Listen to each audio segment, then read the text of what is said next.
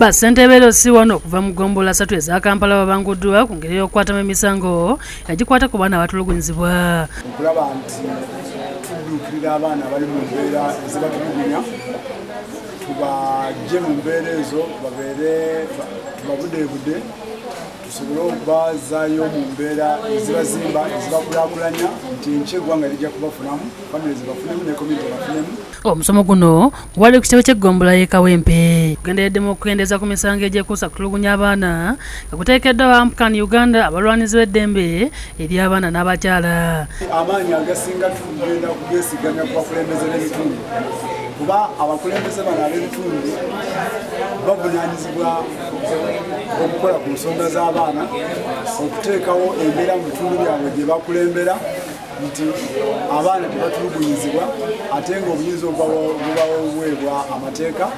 Basentebe basabiddwa okulondoola abaana batasoma ku byalo byabwe nga kino kijja kuyamba okukendeeza ku muwendo gw'abaana batayaaya ku byalo ssaako n'okukendeeza ku bumenyi bw'amateeka.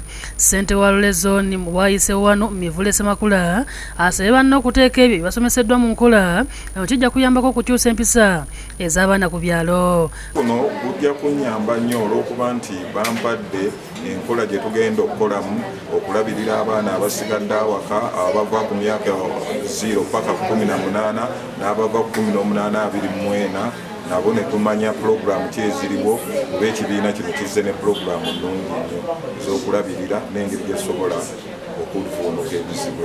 Akuliddemu okusomesa Jimobo annyonnyodde ku bigendererwa by'omusomo guno nga gugenda kumala emyaka 3 nga basomesa emiramu egy'enjawulo nga batambula mu bifo eby'enjawulo. Emyaka 3 wekinagwera tekigenda kutuukanga kyokka ate community etusuubiramu kinene. Kati gwe azze wano leero oyizeewo ki community egenda kuganyulwamu ki? So njaga kwebaza okubeera abantu ab'obuvunaanyizibwa okulaba nti yemmwe abakwatira ebendera abalala okuyiga okusoma muzeeyo message kirabike nti ensonga z'abaana mu community yaffe tuzitunuulira bulala, tufaayo okulaba nti we can protect child rights. Yesimayo Nsubuga yakusakidde eggulu lino ku Lwabukedde TV.